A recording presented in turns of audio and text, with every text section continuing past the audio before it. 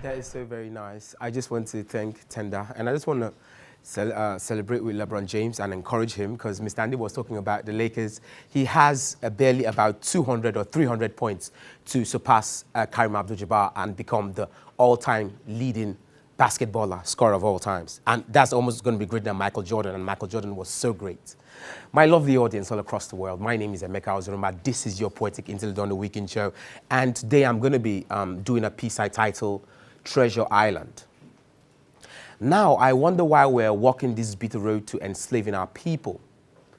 The air we breathe is slaved, and a very bitter digest in this debtor's dyspepsia. Nigeria is different kinds of treasures to different kinds of people.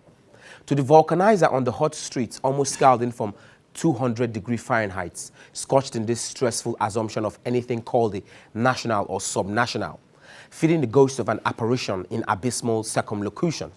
To the woman selling akara at the juncture, how sweet is Nigeria to her?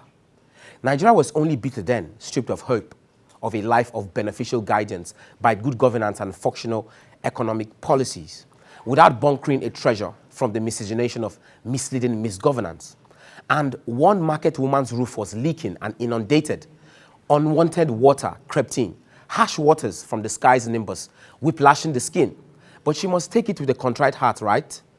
It's good that government is frugal only to the people, but extravagant to themselves, by acquiring all the riches of the land only themselves, only accruing wealth and riches for their personal and private enfranchisement. Nigeria is only sweet to a politician who owns bullion vans, where he loots his political treasures at the expense of our democracy.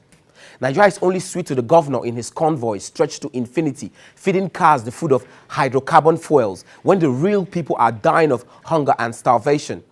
The cost to fuel those convoys batters democracy and enslaves the masses to fertile debentures, living in the household of poverty in a hinged candelabra of rotundity in a citadel of rancid proclamations. And how should the feeling of joy suddenly arise when there is nothing to share? But sometimes a little kindness might seem like the tallest mountain to climb. And real democracy is only by helping others, by being kind, by being caring, by soliciting for the needs of others than ourselves. And in all fairness to etiquette, democracy is a bid to safeguard the thought of a universal treasure, far from a resort to be morally incapacitated, be it by social apathy, be it by lack of electoral prudence.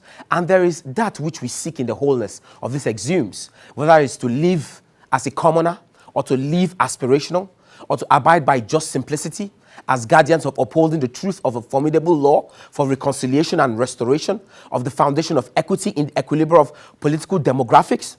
Real democracy is not a treasure island for the bandwagon of incompetent politicians who only use governmental power to possess only wealth and to leave their society dilapidated. And Nigeria is bitter to most of its population who are living in acute want and poverty, conscient in reticence. But I want to ask how between the adjacents of the slave and the slave master, burying every elections, and we have no restitution, living in a society condoned by no human rights, beneficial at our bonds without any forthcoming emancipation. And we wonder again if Nigeria is a gift or a curse. How much more cruel can nature be? Nothing more than a woeful government, a government without a plan for the people and their posterity, while we're submerged and drowning in this overflowing of our ambitions in a mercurial irregularity, bric-a-brac in this tour de force of a fast-gloated overripe of excessive decadence. At what residue do we live our lives to become slaves in this same vicious country we call our own? Every man should take for himself an immaterial value of wealth as treasures in the creed and motive that is good to the thought of development and peace and progress. So the fact of thinking that governmental power is for the treasure island of incarcerating us in mass poverty and anguish is anything but sweet, and everything in Trinity. And Nigeria is not a treasure island to be pillaged by greed. You see, this poem came to me as a minstrelsy when I was walking on the roads and I saw a convoy of a politician. So I was thinking to myself, I was looking at the adjacent road and I saw a convoy of stagnant cars waiting for petrol. So I was like, where do these people actually get their own petrol from? So it seems like the governmental officials do not care about the masses. And this can't go on like this. We can't go on like this as a country. We need to treat our democracy right. We need economic policies where we're going to actually make the things we need abundant for ourselves. And I hope that comes to fruition as a people. my lovely audience all across the world. I just want to shout out to my lovely producer, Andy Madiki, Didi, Mr. Emmanuel, Idayat, Aishabi, Ayo Adams, Chef Tender, MC Sam, Gloria, all my lovely friends here on the Weekend Show. Dan J, don't go anywhere, stay tuned because we have more coming up for you on the Weekend Show.